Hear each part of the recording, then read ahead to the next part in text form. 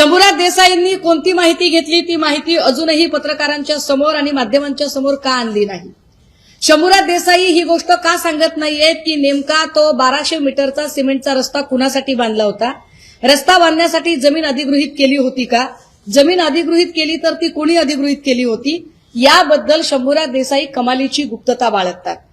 जर ही प्रॉपर्टी उपमुख्यमंत्र्यांच्या भावाची नाही आणि कोणीतरी एका क्ष माणसाची आहे तर तो क्ष माणूस असा इतका भारी आहे का की पालकमंत्री शंभूराज देसाई सुद्धा कारवाई करायला घाबरतात?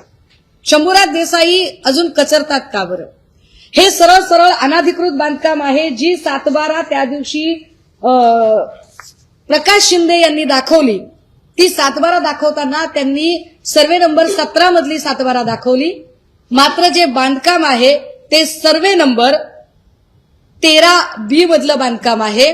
13B ची जी सगळी मिळकत आहे ती सगळीच्या सगळी मिळकत ही कोयनाची मिळकत आहे. म्हणजे ही सरकारी मालमत्ता आहे.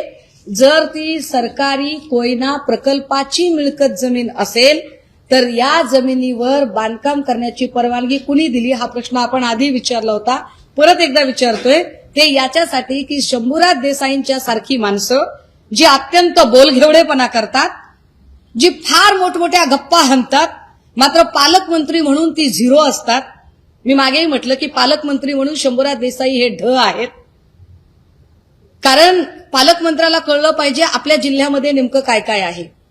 जर त्यांच्या जिल्ह्यामध्ये 105 TMC क्षमतेचं धरण आहे तर या धरणामध्ये बांधकाम कसं अवैध झालं यावरती त्यांनी का बरं अजूनही तोंड उघडलेलं नाही?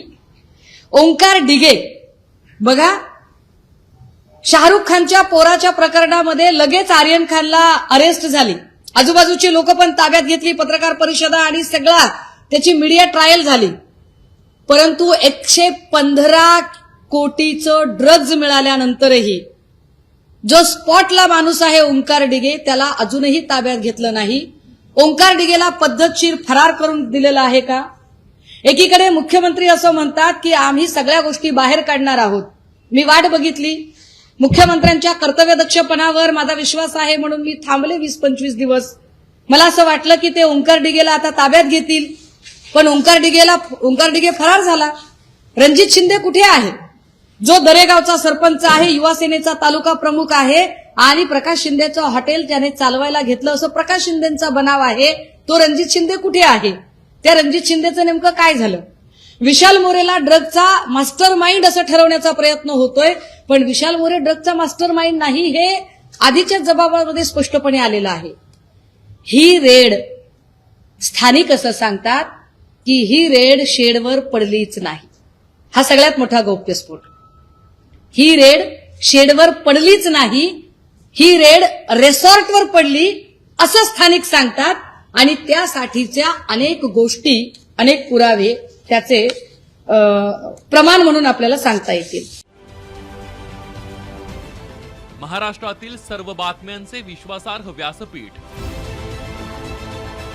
सकाळच्या सर्व सोशल मीडिया प्लॅटफॉर्मला लाईक, फॉलो आणि सबस्क्राईब करा. तसंच सर्व नोटिफिकेशनसाठी बेल आयकॉन प्रेस करायला विसरू नका.